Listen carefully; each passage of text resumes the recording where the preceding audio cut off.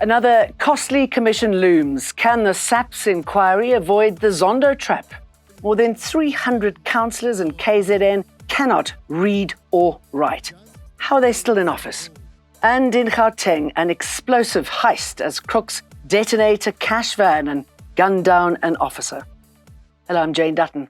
EWN, in touch, in tune, and independent.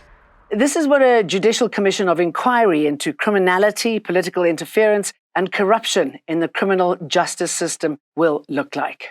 A date for the Judicial Commission of Inquiry into alleged corruption within the criminal justice system has yet to be decided. We heard today during a media briefing in Sandton that the Commission are in the process of procuring a building within Gauteng for the Commission to take place. It will be public and open to the public as well as the media.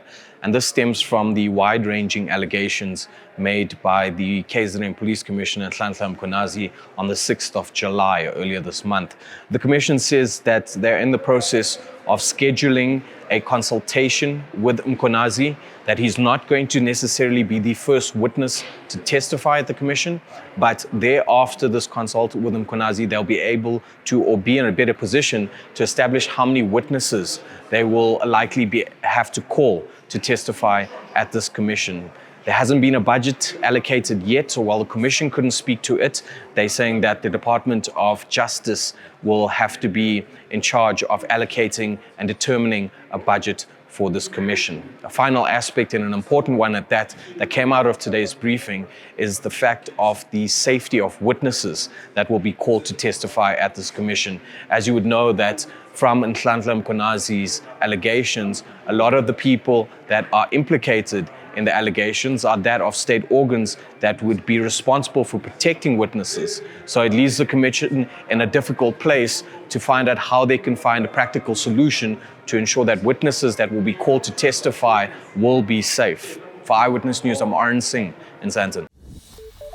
A significant development in the murder of Cindiso Magakra. A policeman has been arrested. He's admitted to receiving 120,000 rand to kill the former Secretary General of the ANC Youth League in 2017. The suspect is expected to appear before the Mzumkulu Magistrate Court on Tuesday, the 29th of July, on a charge of murder. We can confirm that the hitman, the shooter of Cindiso Magakra, Busiso Ngengwa, was convicted to 25 years imprisonment earlier this month. Some Tukoza residents whose homes have been damaged after a cash-in-transit van exploded in their area say they don't know how they'll sleep tonight with no roof or windows. Police are currently investigating the incident after a G4S cash van suddenly went up in flames in the area in Ekurhuleni. Mahoro Street is still cordoned off to traffic as the bomb team scours through the area looking for any signs of explosives and fire cartridges. I was sitting in the sitting room watching TV. While I was watching TV, I heard a big bang, and then it was the first bang. The second one, it was very heavy. I thought we were dying. The house was shaking like this. And then I ran and hid myself. And then I opened the door after the sound is bit the lighter. I found that the shelter is broken and what is this? I don't know what is this. And the part of the car, it's in my yard. Parliamentary leader Athol Trollup has filed a criminal complaint against forensic investigator Paul O'Sullivan, accusing him of intimidation. Trollup says O'Sullivan sent aggressive messages in response to his oversight work, calling the conduct a direct attack on a public official. The messages shared with police include personal insults and threats involving Action SA leader Herman Mashaba. Alleged baby snatcher Samima Jacobs has been granted 4,000 rand bail. Jacobs allegedly pretended to be 3 different people in her plot to abduct a few days old baby, Imad Sharma, from his mother in Middlestad Mall in Bellville a month ago. She faces charges of kidnapping and defeating the ends of justice for allegedly abducting baby Imad. The magistrate says the defence provided exceptional circumstances for her release on bail by arguing that she has a minor child who needs parental care. Murder-accused Tiffany Meeks' lawyer has once again reiterated that the state's evidence against his client has many flaws and contradictions. The Roodepoort Magistrate Court has been hearing closing arguments for Meeks' formal bail application. Meek is accused of murdering her 11-year-old son in May. Today marked the end of the long bail hearing for Tiffany Nicole Meek, who has been appearing in the Roodepoort Magistrate Court. Closing arguments were presented by both the defense and the state, stating why Tiffany should or should not receive bail. Naval Naidu had asked for the court to pay attention to the fact that the evidence provided by the state was inconsistent and flawed. Taking into consideration the little evidence that has been led, there is a strong possibility that the accused could be incarcerated for more than a year, awaiting a date in the High Court role or the Regional Court role. And there is a possibility that new evidence can present itself. New suspects can be arrested, which can also take the investigations into a different direction. Meanwhile, the state emphasized that the child was discovered shortly after Tiffany Nicole Meek had allegedly left the apartment in Vleehof in May. Judgment is expected to be handed down on Tuesday in the Roodepoort Magistrate Court. Ntokozo Khumalo, Eyewitness News, Roodepoort.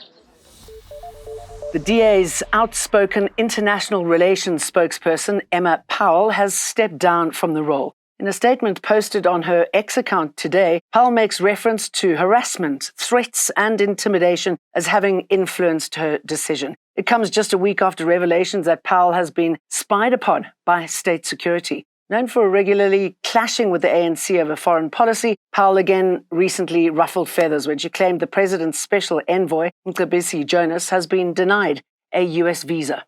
She wrote, "Driven by my commitment to the DA's foundational principles, I accepted these risks as the unavoidable cost of standing up to and exposing the Department of International Relations and the ANC's relationship with authoritarian regimes."